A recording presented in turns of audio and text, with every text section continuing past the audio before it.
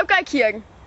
I middelalderen havde den katolske kirke en meget stor dominans i det europæiske samfund. Kirken ejede enorme ejendomme, som denne mark, der ligger her, og havde meget stor indflydelse på kongens magtudøvelse og befolkningsholdninger.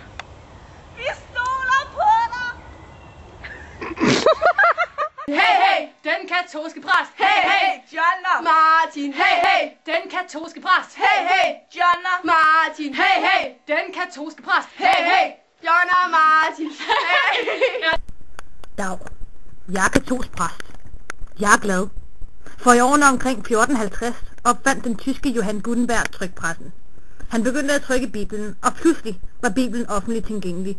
Dette var et stort skridt for massekommunikationen. Folk blev pludselig meget optaget af Bibelen og stillede ikke så mange spørgsmål længere.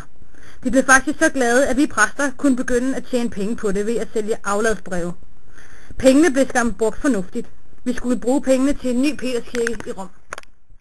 Hej, jeg hedder Martin Luther. Jeg er en tysk munk, reformator og teolog.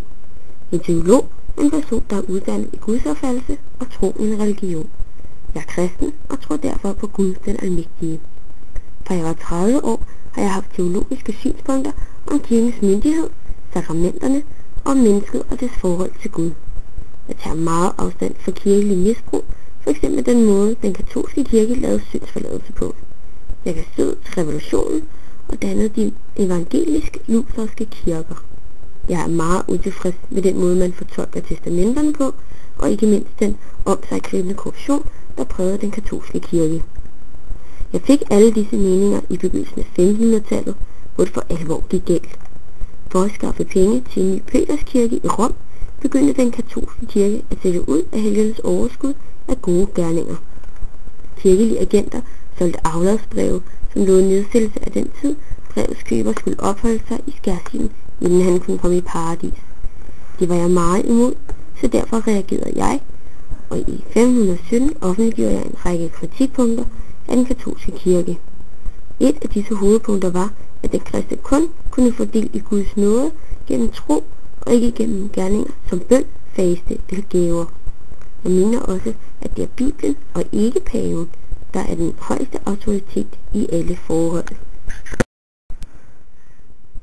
Hej, jeg hedder Sean, men senere så skiftede jeg navn til John Calvin. Jeg er også inden for den kristne verden. Jeg tog nogle af Martin Luthers idéer, men jeg gjorde dem meget bedre. Martin Luther, han var imod afladsbreve, det er jeg godt nok også. Men han tror på, at man kan blive frelst gennem tro. Ja, right. Nej, sådan er det nemlig ikke. Fordi at det, som det gør, det er, at Gud, han har på forhånd bestemt, hvem der skal i paradis. Så, ja, tag den, Luther.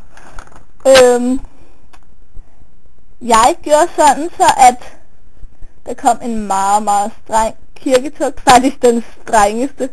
Ja, så sejrer jeg. Og jeg fik en spansk læge, Miguel Serveto, brændt på bålet, fordi han angreb læren om treenigheden. Man skal fandme ikke fuck med treenigheden. I mange år var der splittelse mellem kristendommens mænd.